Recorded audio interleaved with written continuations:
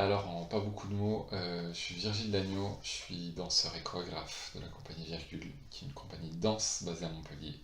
Plutôt hip-hop et plutôt on essaye de faire des petites histoires gesticulées.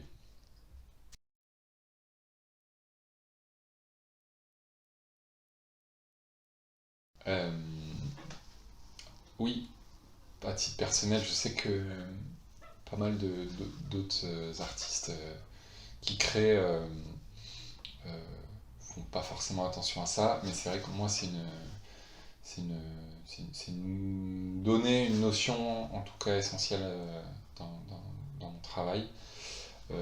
J'ai vraiment envie de rendre mes pièces accessibles sans trahir non plus à une certaine exigence, mais j'ai vraiment envie de faire en sorte que tout le monde puisse s'y accrocher. J'ai commencé avec une pièce jeune public qui s'appelle Pingouin, et l'idée c'était de vraiment avoir quelque chose de très narratif, très accessible pour des enfants en bas âge. C'est une pièce qui a été écrite pour des enfants qui ont 4 5 ans, donc que l'histoire soit super accessible, mais en même temps qu'elle soit qu'on puisse voir en filigrane d'autres notions, qu'il y ait plusieurs niveaux de lecture en fait pour les adultes qui accompagnent. Voilà. Et depuis mes autres pièces, c'est un peu mon cheval de bataille, arriver à raconter des choses mais en les rendant super accessibles. Et du coup, ça passe par tout le temps trouver la balance entre qu'est-ce qui va rendre les images qu'on a dans la tête et un petit peu les fantasmes entre guillemets qu'on a dans la tête et les rendre accessibles, poétiques, tangibles pour le public. Et pour ça, on va utiliser différents procédés. Euh, on va s'aider de la musique, on va s'aider de la gestuelle, on va s'aider. J'essaye de la manière dont je crée mes pièces aussi, dont je crée le matériel chorégraphique pour les pièces. Ce qu'on essaye de faire avec les danseurs généralement, c'est de trouver des états de corps.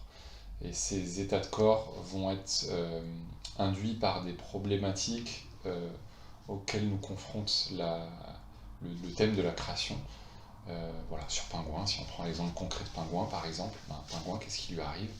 Bah, il va évoluer sur de la glace, et la glace ça glisse. Donc en fait j'ai créé toute une séquence où je glisse constamment, en fait je tombe, je glisse, je tombe, je glisse, et à force de tomber forcément la glace se brise et tombe dans l'eau. Et d'un coup on se retrouve avec un matériel qui est hyper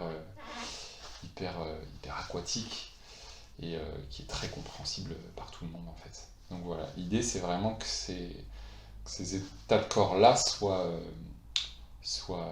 induits par, par, par le thème en fait, tout simplement.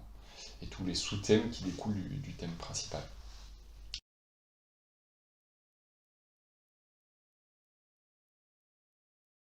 Alors il y en a plusieurs. Je vis la création comme une quête, comme un parcours en fait. Euh, il y a, il y a plusieurs étapes à partir du moment où il y a la première idée qui germe, qui émerge comme ça, et jusqu'à la finalité qui est la présentation de l'œuvre au public. Elle est jalonnée par de nombreuses étapes. Et voilà, en fait, chaque étape, c'est l'occasion de développer une couche. Il y a une première étape qui est de l'ordre de. Comment dire? On est vraiment. Moi, personnellement, en tout cas, je la vis vraiment comme un moment où on est seul avec l'idée et où je vais gratter un petit peu toutes les couches et toutes les inspirations, tout ce que ça m'inspire en termes d'image, en termes de sensations, comment. Qu'est-ce qui va me faire sens et du coup, par projection, qu'est-ce qui peut faire sens à un spectateur. Donc je vais être un petit moment comme ça un peu solitaire avec mes pensées, donc qui peut être plus ou moins long. Là, sur ma pièce que je suis en train de travailler, j'ai vécu une période un peu pendant 2 ans comme ça où j'ai eu vraiment le temps de réfléchir à plein de choses. Après, il y a une deuxième étape qui est un peu plus de documentation où en fait on a fait le tri un petit peu dans les idées et on va pouvoir commencer à chercher à documenter, et du coup forcément ça va nourrir cette réflexion, ce propos, ce processus.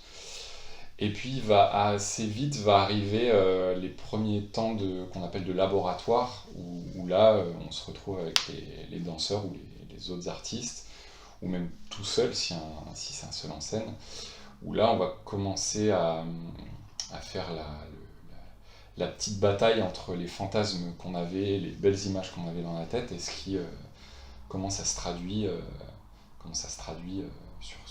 sur un plateau. Et c'est là que les ennuis généralement commencent, et que là arrive l'heure des choix. Donc dans ces labos-là, ça permet de, comment dire, de, de confirmer certaines pistes ou d'en infirmer d'autres. D'autres vont se modifier, plus ou moins fortement. Et après, on va rentrer vraiment une fois qu'on a ces pistes-là et ces thèmes, et ces sous-thèmes qui sont un peu dégagés, on va rentrer un peu plus profondément dans le processus d'écriture, où là, on est avec l'équipe et on va commencer à ajouter plusieurs couches. On va ajouter forcément la couche du matériel. La plus grosse couche, bien évidemment, ça va être le matériel principal. Alors, en l'occurrence, pour nous, ça va être plus de la danse et du mouvement. Mais à ces couches-là vont commencer à s'ajouter les effets scénographiques, tout ce qui va être le travail de décor, etc., qui est pas mal développé dans la pièce que je suis en train de travailler, en l'occurrence, où la scénographie prend vraiment une place importante, où on arrive à créer des petits... on est parti sur des choses un peu de magie nouvelle, où on essaye de créer des petits mécanismes du quotidien et du réel un peu perturbés par d'autres événements, qu'on va appeler magiques, entre guillemets. Il y a un aller-retour, il y a un ping-pong aussi avec la musique. C'est vrai que moi qui viens surtout de la danse hip-hop, j'ai un rapport amoureux avec la musique, où elle est très présente. Donc pareil, je fais un ping-pong avec le compositeur sur, voilà, regarde, je t'envoie ces vidéos-là, ou viens voir tel bout de répétition. Voilà, je pensais à cette couleur-là, ou ce tableau-là, on essaie de raconter ça. Alors, par exemple, là, sur la création qu'on fait en ce moment, c'est une création qui parle de souvenirs, et du coup, il y a un énorme travail autour euh, du temps qui se déforme, qui s'accélère, qui se ralentit, qui revient en arrière, qui est déformé en permanence, et on le retrouve dans la danse, et on le retrouve énormément dans la bande son. On a pris des musiques qui sont très connues, notamment un morceau de Debussy qui s'appelle Clair de Lune, et en fait on l'a étiré, on l'a ralenti 8 fois pour que le morceau, au lieu qu'il fasse 3 minutes, il en fasse presque 45, quoi. Et on a utilisé juste cette nappe-là pour la mettre dans le spectacle, et la déformer avec d'autres effets encore, et en fait au final on se retrouve avec quelque chose d'hyper long, hyper profond, euh, et d'hyper long, d'hyper profond, mais qu'on reconnaît, mais sans vraiment reconnaître. Et bien évidemment, à la fin se rajoutent les couches de lumière, de costumes, etc. Donc là, on rentre dans la partie où on cisèle un petit peu l'œuvre.